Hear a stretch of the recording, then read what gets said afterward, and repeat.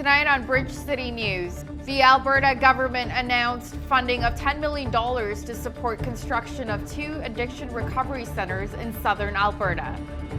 Lethbridge Mitsubishi hosted a by-donation car wash and barbecue today in support of Streets Alive mission. And according to realtors, the COVID-19 pandemic seems to be sending Albertans to rural Alberta. Your nation. Your province. Your southern Alberta. From the heart of Lethbridge, it's Bridge City News Weekend Edition. Good evening, I'm LAURICE Alexander. Thank you for joining us.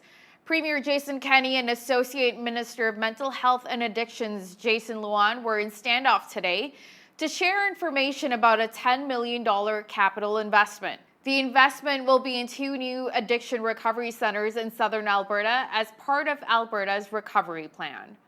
Handing somebody who's deep in addiction a needle is not a continuum of care. I don't even think it's terribly compassionate simply to facilitate an addiction rather than to offer a full spectrum of services for recovery and lifetime treatment. That's the approach that we are taking. So we believe this is the continuum of care approach. It is the compassionate approach. It's the approach that will save lives. What you see today and in coming months is just unfolding of a new chapter. So when Premier talk about the full continuum care, it's not just what you hear here today. Today is the beginning, but with a laser focus. It's about getting people out of addiction. We're going to realign the system. We're going to make it very intentional. When you use taxpayers' money, when we use taxpayers' money, we have a mission. The mission is getting them to be healthier. Today we're hitting the reset button. I thank the Premier, I thank the Government of Alberta, the Minister of Mental Health and Addictions. Lethbridge is the center of a lot of the resources that are needed for those struggling with addiction. The announcements today are a new way of doing things. As I said, we're hitting the reset button. We're going to do things differently. We're going to work with our regional partners. We're going to work with the folks in Fort Macleod, the folks in Lethbridge County, the folks right here on the Blood Reserve. Lethbridge Mitsubishi hosted a by-donation car wash and barbecue today in support of Streets Alive mission.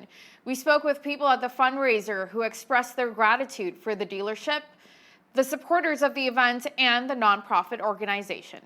Well, when we heard about Mitsubishi doing the car wash for Streets Alive, we just thought what a wonderful opportunity to come down and support Streets Alive.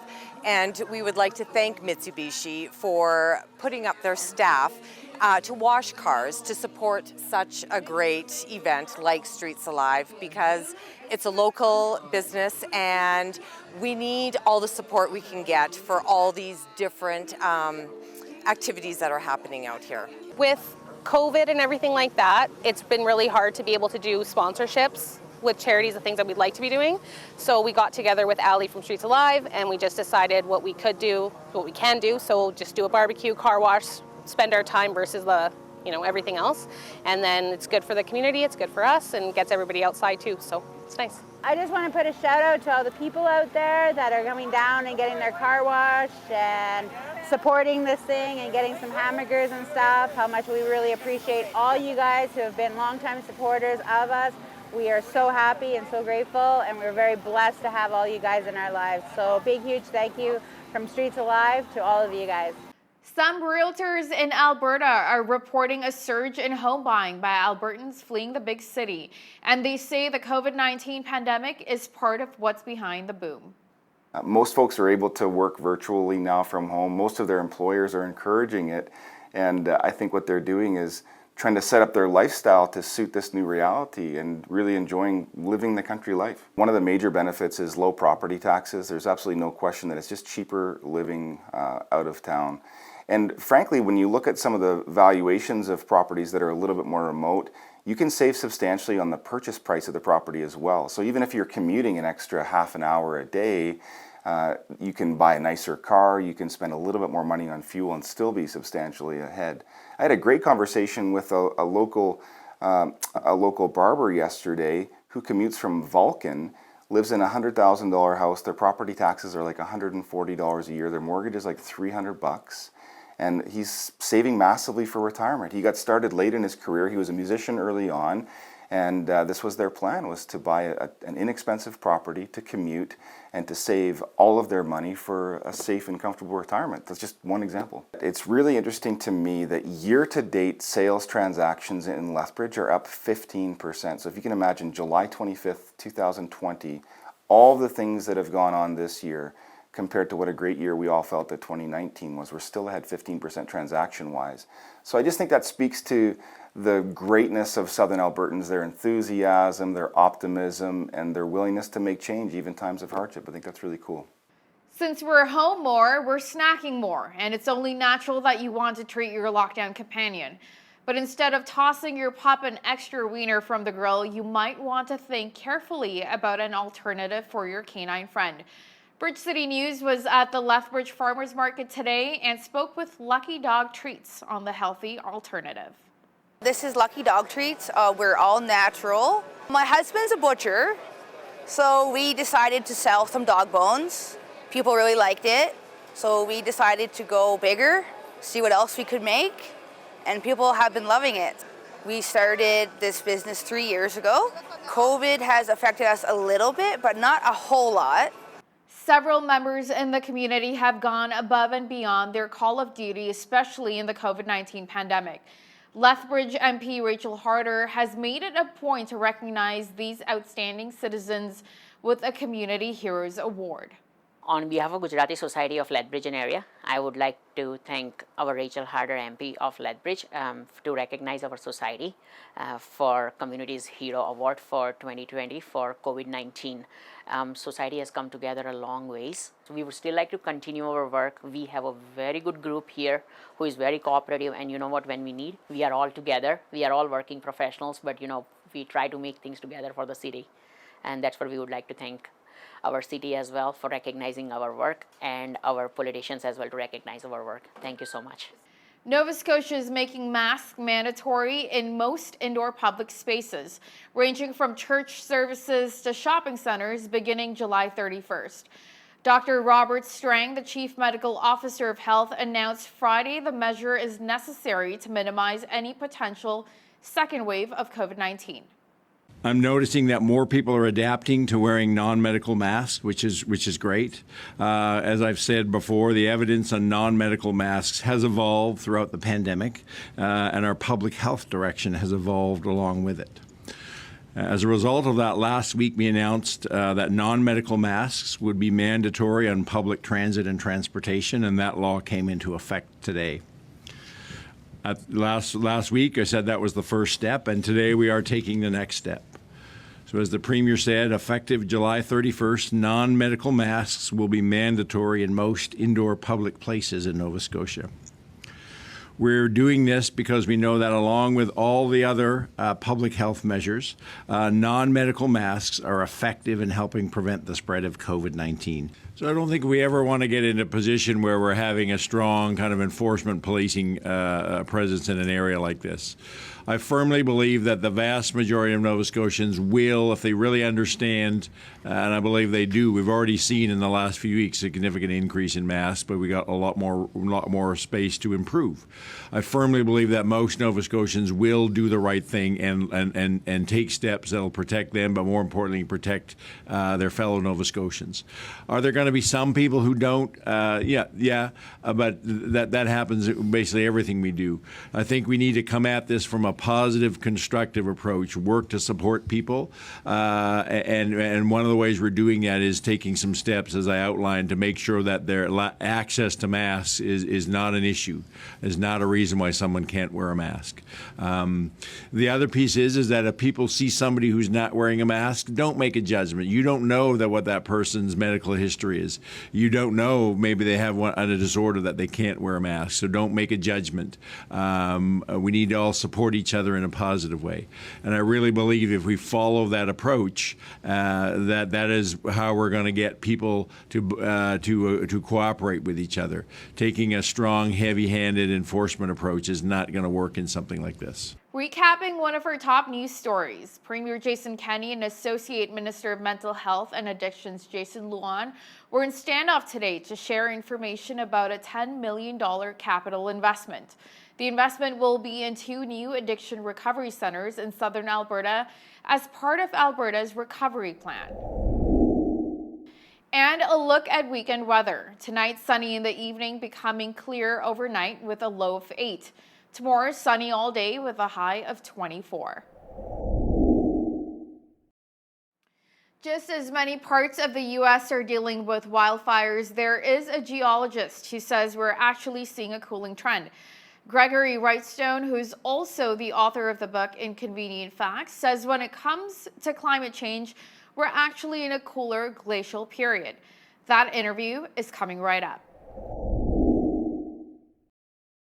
Climate change continues to be a hot topic of debate. Now, what are some of the causes of climate change? Are the changes to climate cyclical?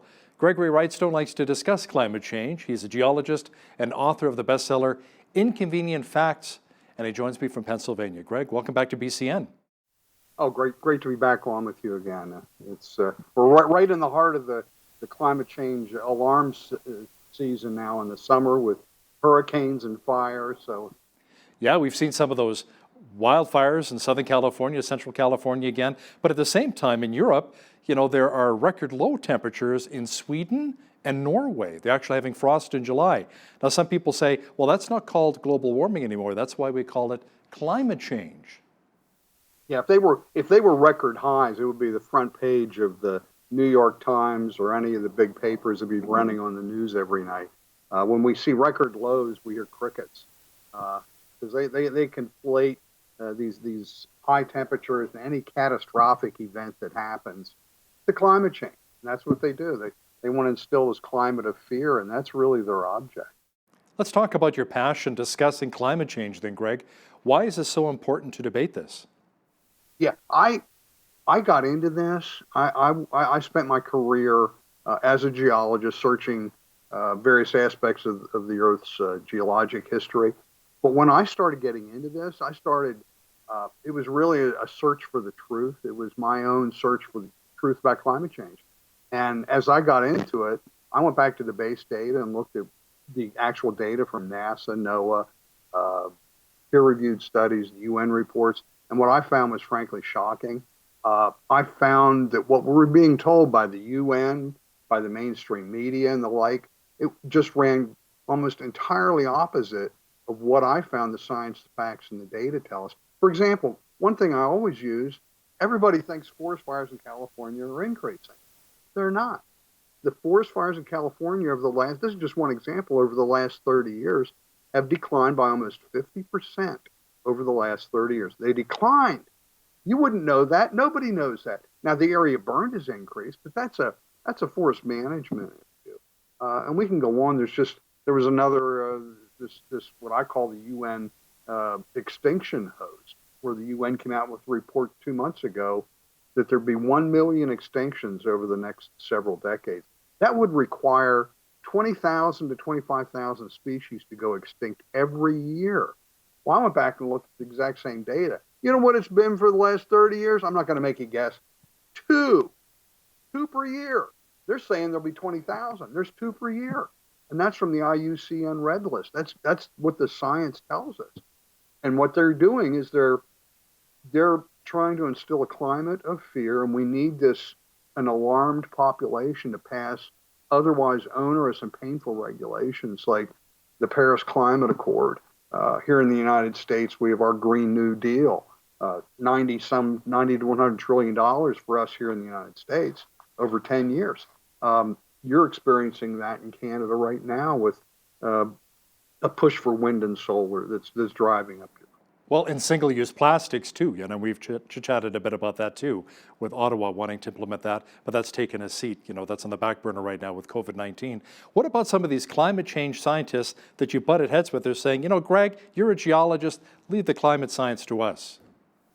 Yeah, well, I've been recently accepted as an expert reviewer for the United Nations Intergovernmental Panel on Climate Change. That's they issue every year a 5-year report. We're in the 6th assessment report. I'm accepted as an expert reviewer in that. I'm a geologist. I'm not a climate science guy, but there's probably 40 different disciplines that are involved in climate change, and this is one of them. And that's a big, big important thing, because as a geologist, I look at the big picture. I look at not decades of temperature, a couple hundred years, but I look at centuries, thousands of years, and millions of years of data to show that what we're experiencing now, we're in a 300 plus year warming trend. There's no doubt. We are. That's just a fact. We're in this warming trend, but it looks very similar to many other warming trends in the past that were warmer than what we are today. The last one was called the medieval warm period. And these other warm periods that we saw, this is what's fascinating. I'm working on my new book now, and I'm dealing really, taking a deep dive into the relationship between the rise and fall of temperature and the rise and fall of humanity and civilization.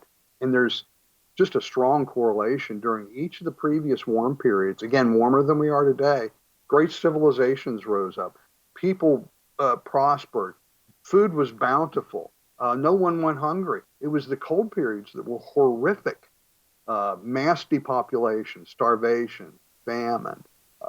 And I don't know if we have time, there's just a great story relating climate change and the witch hunts of the late Middle Ages. 30 to 40,000 witches were burned at the stake and killed during the cold of what's called the Little Ice Age. As it started getting cold, crops failed, famine set in, and they blamed it on weather causing witches. And it was, I've got a chart that's going to be in my book showing the number of witches killed per decade versus temperature, and there's this great correlation. And it's fascinating when people hear that, they go, huh. So I always say, fear the cold. But we're being told, oh my God, oh my God, oh my God, it can't get more than 1.5 degrees centigrade colder than or warmer than it is today, or we're all going to die. No, we're not. History tells us just the opposite. Greg, let's talk about the big bucks involved in climate change. It's made Al Gore a multimillionaire. Last report says he's worth over $330 million. Yeah, well, I'm surprised it's not higher than that. I am shocked that it's only $330 million. I don't get angry at Al Gore so much because he's not a scientist. He's used something to make money. It's the scientists that really make me angry, that are using this to their own benefit, and frankly, in a lot of cases, lying to us. Now, in a blog you wrote in May of this year, you mentioned that the Earth has recorded its 600 millionth consecutive cooler than average month. This may go against that popular doctrine of, like we discussed earlier, the global warming. Oh, absolutely. What they're doing, they being the climate alarmists, are looking at, we're warmer today than it's been in hundreds of years. Well, that's true. Because again, we're in a warming trend. Each decade should get a little bit warmer. But I look at the big picture, again, as a geologist, we're really in some of the coldest period of Earth's history. We're in these glacial periods. We happen to be in a warm, what's called an interglacial cycle between the glacial advances. And the next advance of glaciers is going to be horrific, and it will affect you in Canada the worst. When it comes, we know what happened the last time. Virtually all of Canada was under hundreds and thousands of feet of ice. And it's going to be bad. It's going to be really, really, really bad. Again, fear the cold. And it doesn't have to be an advance of the ice sheet, but just another cold period like the Little Ice Age I talked about with the witch hunts. During that period, it's estimated that 50% of the population of Iceland perished. A third of the entire population of the Earth perished. And if we look also, it's, again, I say this a lot, it's just opposite of what we're being told. We're being told that people are going to die when it gets warm. If we look at excessive deaths, at deaths related to temperature, we find that 15 to 20 times as many people die related to heat, related to cold as to heat. So 15 to 20 times as many people die cold-related deaths as they do heat-related deaths. So the common sense person would listen to that, see the data, and say, well, global warming will save lives. When these climate enthusiasts hear me saying that, their heads explode. But it's a fact. It's just a fact. How far back really should scientists go when comparing temperatures? We have to go, I think, at least 10,000 years. even 2,000 years back to what I call the medieval warm period, to find that was warmer than it is today. It's just the common sense person knows that in the Roman warm period, the previous one, the Romans were growing citrus in the north of England. During the medieval warm period, the Vikings in Greenland, there are still Vikings buried deeply in permafrost. And the other common sense thing people really understand, our glaciers are retreating right now. And they have been since the early 1800s. As they're retreating, they're exposing archaeological information on farms and villages. They're exposing mature forests that are not. Well, think about that. As this glacier is now retreating, we're seeing mature trees being exposed. It had to have been a lot warmer at that time. It's just common sense things like that that people get. And we can do it for many different things. But if you just look at the last 300 years, yeah, it's been warmer. But I'm a huge proponent of the many benefits of modest warming and increasing CO2. And my philosophy is that we should use all of Earth's resources for the betterment of mankind and do it as good stewards. And that's a great philosophy. So when it comes to climate change then, Greg, what part of it is really played by carbon dioxide? Well, carbon dioxide is increasing. The increase in carbon dioxide is due mainly to our burning of fossil fuels, about 6% due to cement manufacture that people don't know. But it's due to us. We've increased, let's just say 130 parts per million to a little over 400. That increase is due to us. It's a greenhouse gas. It provides some greenhouse warming to the atmosphere. I just believe it's very modest and overwhelmed by those same natural forces that have been driving temperature since the late 1600s. And we see, well, the first half of the 20th century had virtually no carbon dioxide driven warming, but yet it warmed at about the same rate as what we have in the post-World War II when we started adding a lot of CO2. Those same natural forces that have been in action since the dawn of time didn't stop in the middle, or start in the middle of the 20th, or stop in the middle of the 20th century. They're in action today just as they have been, again, since the dawn of time.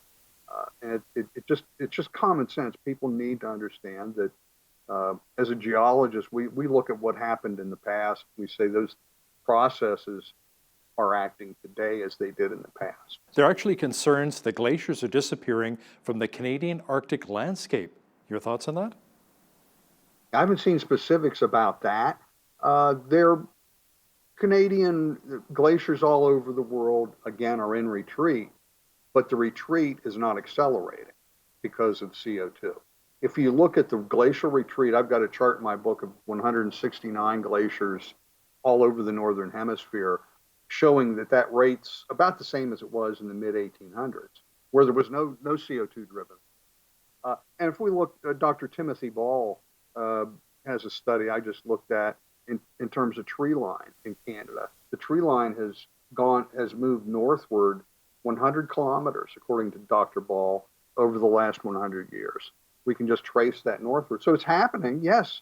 Welcome it, embrace it. Back before climate science became politicized, those warm periods were called climate optima. They were called climate optima for a reason, because both the Earth's ecosystems and humanity prospered by the warming. Again, food was bountiful, food was plentiful, and it was the intervening cold that was horrific.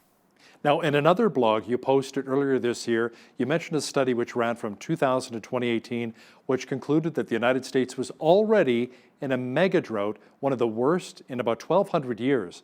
The study was based on tree ring data. Tell me more about that. Yeah, well, tree ring data is famously, notoriously horrible for a prediction of temperature. But in this particular study, I went and looked at, they predicted this drought, the continuing mega drought that we were in the Southwest United States. Well, I went back and looked at the data. Right after their study was published in 2019, we had the lowest drought in the United States that they had ever recorded since they started recording it. So this mega drought, and they knew it. This data was available before they published that, yet they claimed that this mega drought was ongoing into 2019 and 2020. Yet we see the fewest acres in the United States in drought, and zero in the area they said where this mega drought was occurring. They can't. What they again, it's a climate of fear. We need a frightened population, and we've got that. That these kids in our schools today are being taught that they're to blame, their parents are to blame, and we're all going to, mommy, daddy, what am I ever going to do? People aren't having children because of this. And again, we're being silenced, people like me. I've had personal experience with that, with being silenced. I'm doing it right now. My local environmental advisory committee in my township I live in, it actually made a rule change to prevent me from getting on the committee.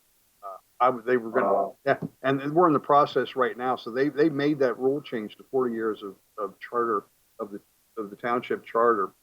They didn't want me, a science denier, and a radical pro-environment energy guy, to be on the committee.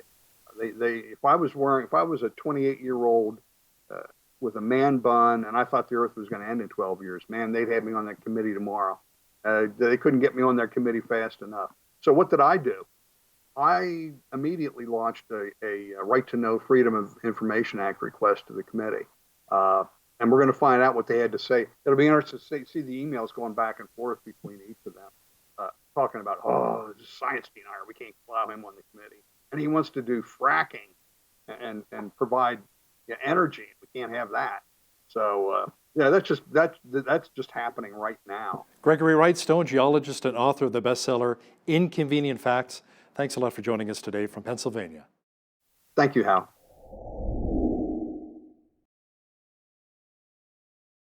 Many Albertans, including our very own Premier Jason Kenney, are not happy with how much our province gives out in equalization payments each and every year. To talk more about it, more detail, is Ben Eisen. Ben is a senior fellow with the Fraser Institute and is co-author of the report Equalization and Stabilization Post-Recession, Is Canada Ready? Ben, welcome to BCN. Thanks so much. So Ben, can you briefly explain how equalization really works and its purpose? It's a relatively straightforward program. There's some complexities in the details, but big picture, it's relatively straightforward. What happens is the federal government collects tax revenue, just like, from people all across, people and businesses all across the country, and it goes into the general revenue. And one of the things that they use that money for is the equalization program. And the equalization program is pretty simple. What it does is it takes federal revenue and it sends it, just pretty much direct cash payments, to lower income provinces in the country, to provinces that are deemed to be less able to provide quality public services to their residents without higher levels of taxation. So it's pretty straightforward. The federal government figures out through a formula which the lower income provinces are and sends their government some money. You know, Alberta's been forking out billions upon billions of dollars each and every year. Premier Kenney's talked about how much Quebec has received, Ontario has received. Alberta sometimes has received the short end of the stick. Will our province be receiving some of that money back as we're still trying to recover from a pre-COVID-19 recession? No, Alberta will not receive any equalization payments now or the foreseeable future. The reason for that is that Alberta still, despite all of the terrible economic hardship, still has higher average incomes than people in most other parts of the country, than in any other province, actually. So the way that equalization works, Alberta can't become eligible. But what's interesting is that Alberta has also not been eligible for very significant payments under the stabilization program. That's a cousin of the equalization program, designed to help provinces, even if they're higher income like Alberta, that have taken a hard hit. And quirks of the program, that one, have meant that it really has provided very little help for Alberta during this very difficult time. So if you sort of think of the two together, equalization and its less known friend, the stabilization program, you can say that they haven't served Alberta well, and that Alberta's received very little money out of either program. Ben, should Alberta have received some payments perhaps during the oil collapse in 2014? Well, Alberta did receive at that time some stabilization payments, but they're just a drop in the bucket in terms of how small. There's an arbitrary cap on the amount. It's $60 per person. The reasons for that cap are sort of silly. They're rooted in an event that happened in the lumber industry in British Columbia in the 1980s. It's ad hoc and arbitrary, and it's not well designed or thought through. So Alberta did receive a small amount of money through stabilization back then, but the amount was not determined by a sensible formula. If you want to have a stabilization program that's designed to help governments deal with it when there's serious shocks to the economy, such as occurred in Alberta in 2014-15, and such is happening again today, then that program needs a fundamental rethink, because right now it's designed so that it can do no more but deliver a drop in the bucket to help a province like Alberta when it's going through a shock like it is today. Do you think we will ever have a referendum here in Alberta on equalization, Ben? And if so, would the federal Liberals even listen or take notice? Well, the Premier says that there will be a referendum. Premier Kenney says there will be a referendum. The Fair Deal panel, which the government struck, recommended a referendum on equalization. So the signs do look like it will happen. I can't quite guess how other governments will respond. It is a federal government program, so it becomes a little bit hard to know exactly what that will look like, what the negotiations would be, what the role of other provinces would be, in a little bit of uncharted territory with one province having a referendum on a specific federal program. But there could be movement in terms of its role in the Constitution, and perhaps one theory holds that the whole purpose of this is to start a broader conversation, not just about equalization, but about fiscal transfers generally, about the thick network of programs by which the federal government collects a lot of money and sends it to the various provinces. And that goes beyond equalization. And so maybe a referendum could trigger a rethink on a lot of those things, and then perhaps something good would come of it. What kind of percentage do you think we would see of Albertans saying that, you know what, we shouldn't dish out so many billions of dollars each and every year through equalization? 80 to 90% of Albertans? I won't speculate because I try and steer clear of public opinion and political guessing about political outcomes. But I'll say this, and for Alberta, equalization is a large federal program. It's about a $20 billion a year program, and it's a program from which Albertans receive no direct benefit. So the fact that it's unpopular in Alberta only makes perfect sense. And for taxpayers elsewhere, residents elsewhere in the country who struggle or who wonder why equalization is such a point of friction and tension, I think it's worth taking a moment to think about federal programs that such a large federal program that existed, let's say, that delivered no benefit whatsoever to Ontario. Would we expect it to be popular in Ontario or Quebec if there was a big federal program as big as $20 billion that delivered no direct benefits to Quebec? Would we expect that program to be popular there? No. So the equalization's lack of popularity in Alberta makes perfect sense to me, and it is, in fact, in my view, entirely predictable. You know, the equalization payments as well here in Alberta have given rise to the Wexit Party, the separatist party here in Alberta. You know, people are saying we should take our money and run. What are your thoughts on that? Well, that's a political outcome in and of itself, but there are huge advantages to being part of a larger, diversified country, particularly going through difficult times such as now that we can see. And there's also there would certainly be a lot of political uncertainty, economic uncertainty from investors wondering, hey, what would something like that look like? And there's a lot of good evidence that political uncertainty is bad for the economy. It hurts growth. And things of that nature. So I think there'd be a lot to worry about in terms of the effect on political stability, investors thinking, hey, what's this going to really look like? And we saw that. We saw that happen in Quebec a lot of during the separatist movement. A lot of businesses and capital fled out of Montreal. And so it's something to keep in mind that there can be damage caused by the uncertainty that these things can create.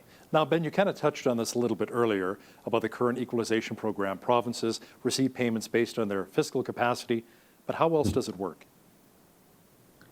Well, the fiscal capacity calculation is quite complicated. What that means is it evaluates each province's ability. Let's say they all have the same tax rates. If you would generate more money, you have higher fiscal capacity. If you have less money, you have lower fiscal capacity. But it also calculates.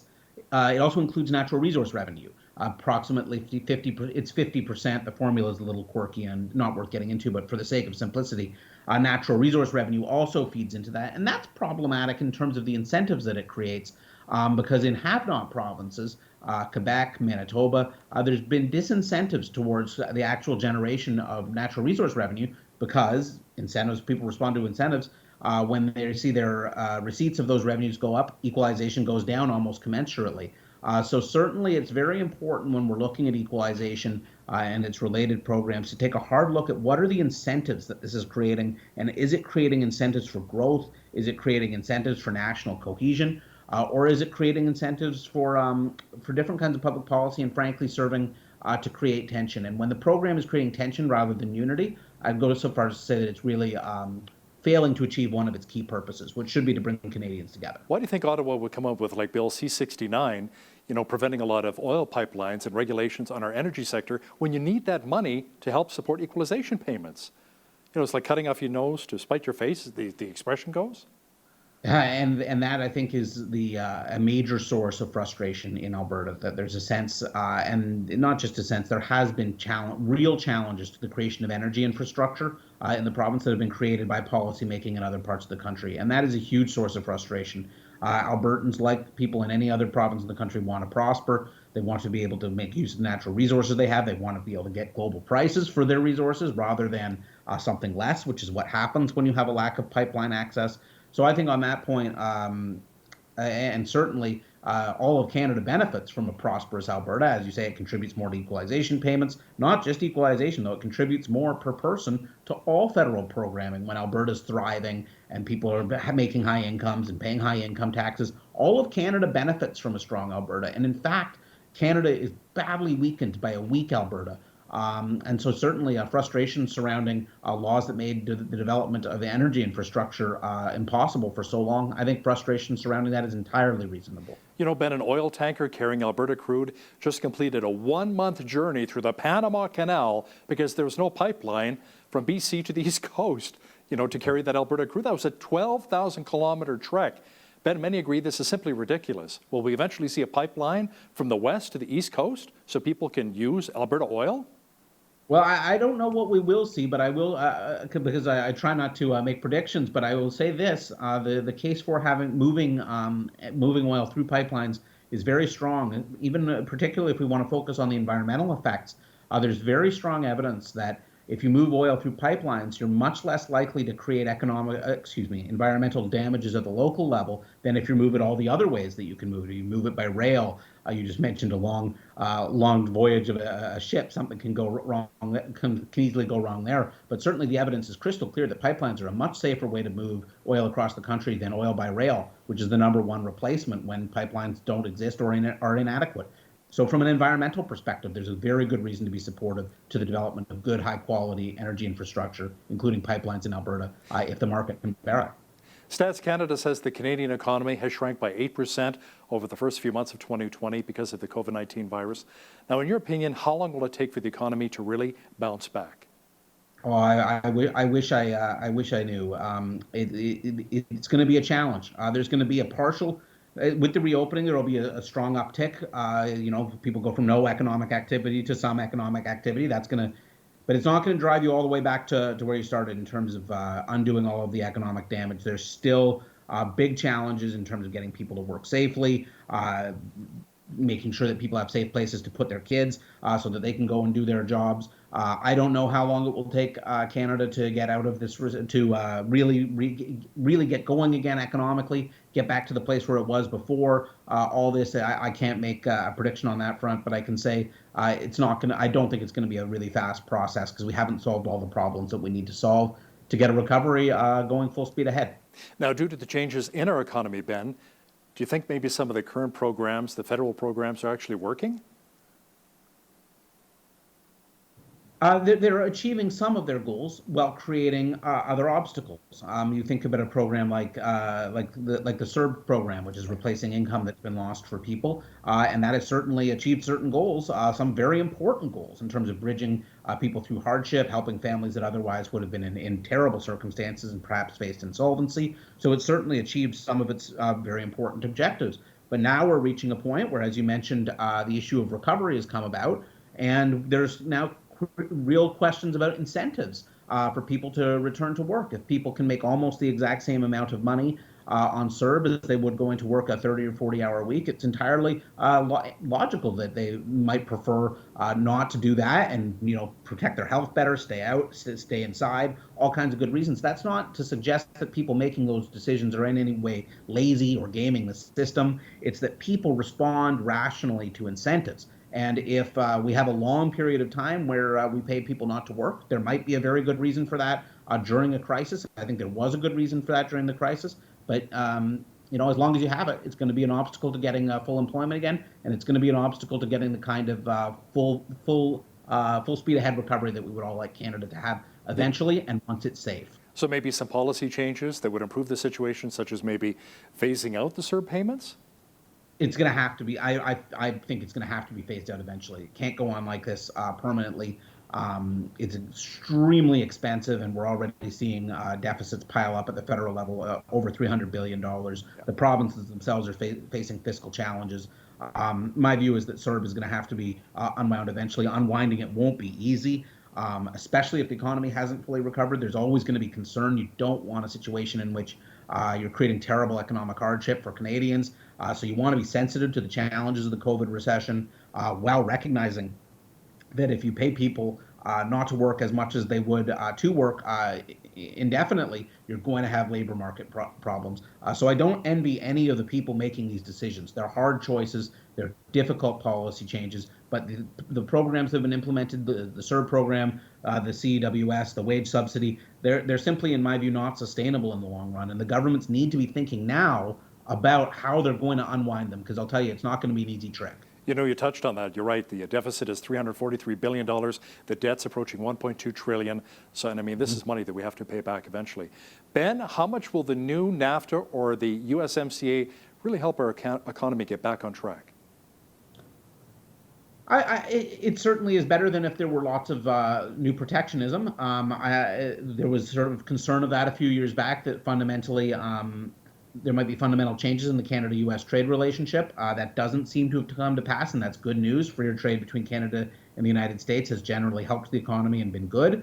That said, in the short term, we have barriers between our two countries that would have been unimaginable a year ago, in terms of not having people being able to flow back and forth between the two places, disruption of commerce and supply chains. So free trade between Canada and the United States is great.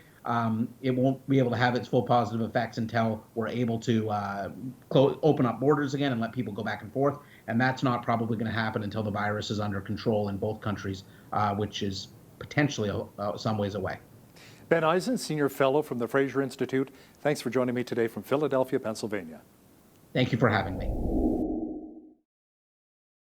As the dust settles and economies slowly reopen after months of COVID-19 restrictions, those in developing nations are still dealing with rising numbers of coronavirus cases. Compassion Canada is a charitable organization committed to helping children and their families in these developing nations to prosper and live in health during the crisis. Joining me now to talk about it is the President and CEO of Compassion Canada, Allison Alley. Welcome back to BCN, Allison. Thank you, Hal. It's great to be with you again. Allison, how has COVID-19 really impacted your group, Compassion Canada? Yeah, well, Compassion works in 37 countries, in low, middle, and high-income economies and countries. And this pandemic has impacted every single location we work, right? There's a reason why we call it a virus that knows no borders. And so, not dissimilar to in Canada, government quarantines were put in place in every area we work. Our offices were closed and staff were sent to work from home overnight around the globe. And so our focus since then as global leaders has been, how can we come together and adapt and respond to not just the changing needs of kids living in poverty, but the critical and increasing needs that they're facing. So what hurdles specifically have children and families living in poverty really come up against? Yeah, so for kids and families living in extreme poverty, everything about COVID-19 is magnified for them. The risk, the fear, the uncertainty, the life and death reality that they face. Because many of the families that we serve have no safety net, right? So their survival is on the line when something like a health or an economic crisis hits. Many of them are day laborers, which means if they're unable to go out and earn a daily wage, they're unable to put food on their table at night. But beyond that, experts are also talking about the cascading effects of this pandemic. We anticipate hunger may double by the end of the year. We see the pandemic triggering, an increase in preventable diseases like malaria and measles. And really, it could undo more than 10 years of progress towards combating poverty. And so this is a crisis for the world's poor, unlike anything we've ever seen. Allison, have staff members been able to visit the homes of the sponsored kids? And if so, what measures have they taken to really prevent the spread of COVID-19? Yeah, our program has always been locally led and contextualized with a focus on knowing, loving, and protecting kids based on their unique needs and the unique challenges that they face. But in this season, as you can imagine, our staff and our partners are having to be more creative and adaptive than they've ever had to be in how they go about doing that. But they're getting in front of them. They're visiting their homes when they're able to do that. They're delivering food and hygiene kits. They're making mask and hand sanitizer, educating communities through flyers and digital campaigns. And of course, a critical part of our work right now is trauma counseling and child protection, because when there's crisis in the home and when there's instability, kids are often the ones that are the most impacted as violence in the home increases. So we're working on that as well, of course. Can you comment on the strain this crisis has had specifically on medical services in some of these developing countries? Yeah, the countries that we work in, Hal, already have fragile and strained medical and health systems. So as you can imagine, when you add COVID-19 to the picture, it becomes even more critical because they have to choose where to allocate their already limited resources. You know, it's not dissimilar to what we saw during the Ebola epidemic when West African countries had no choice but to really devote their limited resources to battling the deadly disease. But it meant that other important life-saving interventions like basic vaccinations or maternal health were neglected. And that basically led to a rise in maternal deaths. And so it is dire. It's staggering how under-resourced they are and the implication of that. But actually, it's interesting timing because I was just on a call with our National Director of Compassion Ecuador right before talking to you, Hal. And he had talked about how, in addition to all the ways that they're helping kids and families access medical services or give them access to private hospital care if needed, they've also created a new telehealth program. And so they've created this phone number similar to telehealth that we would have that these kids and families can call to access a network of doctors and practitioners and counselors. But what I love about this is that some of those medical professionals are former sponsored children who have gone through our leadership development program and are now doctors and nurses. So incredible work's being done. Wow, great success stories. Nice to hear that. Now, are cases of the virus, Allison, increasing or decreasing in some of these developing nations? Yeah, the spread and the impact of the virus is certainly different everywhere that we work, but it is definitely continuing to increase. Developing countries now account for 3/4 of the new daily cases that are being reported. But of course, we know that with the limitations of testing in those contexts, the numbers are much, much higher. But it is increasing the fastest in Latin America right now, faster than anywhere in the world. We happen to work in Brazil, which, if you're following the news, that's now become one of the new epicenters of the pandemic, right? And they're anticipating that its numbers are going to surpass the United States in the coming weeks. For us, we've got our eye on the fact that it's spreading into the Northeast region, which is where most of the country's impoverished regions are. And it's also moving into indigenous territories in the Amazon, which, as you can imagine, we were just talking about limited medical care. That would be most certainly the case there. So how about education? Are people able to get out to some of these regions, the far remote regions of the Amazon or maybe in Latin America, and explaining that, you know, social distancing, physical distancing is important, not to spread the virus, the masks and so forth? Yeah, I mean, that's the challenge. It's education is always a struggle, first of all, in getting to the remote regions, as you said, but even those who have access to education, formal education, are no longer able to go. So for us as an organization, we have been working as it relates to just healthcare and prevention education to provide that in creative ways. We have different social media and digital campaigns. We've been putting flyers up in communities, but we also have been creating videos and FaceTime calls with students who have been preparing, for example, for end of year exams or for different schoolwork. We've ensured to get in front of them and support them in their more formal academic and educational needs as well. Now, Compassion Canada also has this thing called We Rise as One initiative, helping out in some of these developing countries. Allison, let's chit-chat a bit about that. Yeah, well, ultimately, we feel like a global crisis warrants a global response. And so our worldwide Compassion family has come together for the first time to launch a global fundraising campaign to help the most critically vulnerable children and families. And so we're inviting exactly that, folks around the globe to join us and to rise as one, to lift up their voice, to give their influence, but also to respond practically to those who so desperately need it.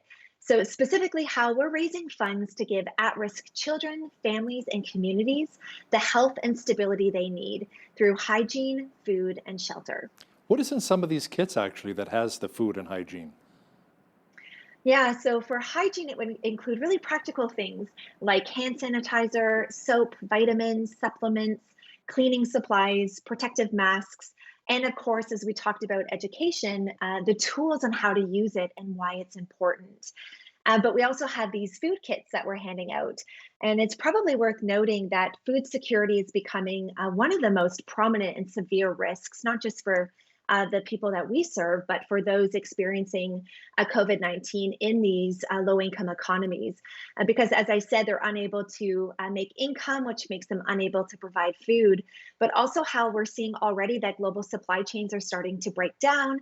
When there's food shortages and shortage of supply, we know that the price goes up, which is just magnifying and intensifying the need for these families. So for us, we are providing practical kits that include things like rice and eggs and milk and corn and other non-perishables. While also a large part of our work is on helping pregnant and new moms. And so we ensure that these pregnant and nursing mothers have the nutrition and supplements that they need as well. You know, they sound fairly helpful. Will Compassion continue to give out the kits after the coronavirus crisis? Yeah, I mean, this is a short-term relief that we're doing as part of our long-term sustainable development efforts. And so we always focus on the holistic well-being of the kids that we serve. We work to grow them spiritually, socially, physically, and cognitively. And therefore, things like hygiene and food and stability are a regular part of what we do. But as we move forward and enter new phases of development, the way that we offer them and how we do it will continue to change based on their unique needs and the opportunities around them. You know, Allison, even before we've ever heard of COVID-19, your organization was involved in something called holistic child development work. Tell me a bit more about that. Yeah, so that recognizes that we as human beings are whole beings, and we can so often think of poverty as just an economic challenge that requires a financial response. But we, particularly as a faith-based organization, recognize that not dissimilar to how Jesus grew. It says in Luke 2:52 that Jesus grew in wisdom, in stature, in favor with God, and in favor with man. We follow that model and develop kids spiritually, socially, physically, and cognitively so they can really flourish into their full God-given potential and contribute wholly to the community around them. Let's talk more specifically now about how Compassion Canada works. On your website, you say that we shouldn't respond to poverty by just handing out food and Bibles, correct? Yeah, you know, we really think that it's important, first of all, to have a long-term model that prioritizes and highlights the local, national people. And so I think the first thing to understand, and I will answer your question more directly, but the first thing is we work only with national offices and partner with local churches who have been there before Compassion, will be there after Compassion, and really know the names and the faces and the needs of their communities.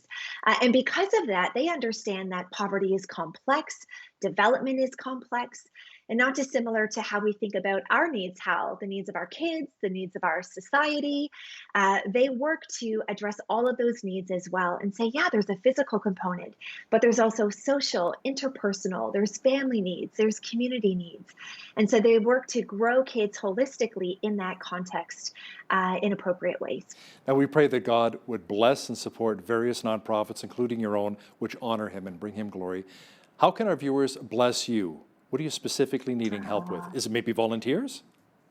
Yeah, well, first of all, we appreciate your prayer. There's so much need, as you can imagine, and we are facing an incredible amount of cases in our beneficiaries and their families, and of course are starting to encounter deaths of the kids that we serve or of our frontline partners and volunteers. So pray for them and the impact on their family. But specifically, absolutely, we're always looking for volunteers. And actually, we launched this We Rise as One campaign with our volunteers, which are really close family members of our organization, just last night. And so you can check out different volunteer opportunities on our website, which is compassion.ca. Yes, for more information, definitely check out that website and continue with the great work around the world. Great job, Allison. Thank you so much, Hal. Appreciate your time. Allison Alley, President and CEO of Compassion Canada. On behalf of all of us here at PCN, I'm Hal Roberts. God bless, and thanks so much for watching.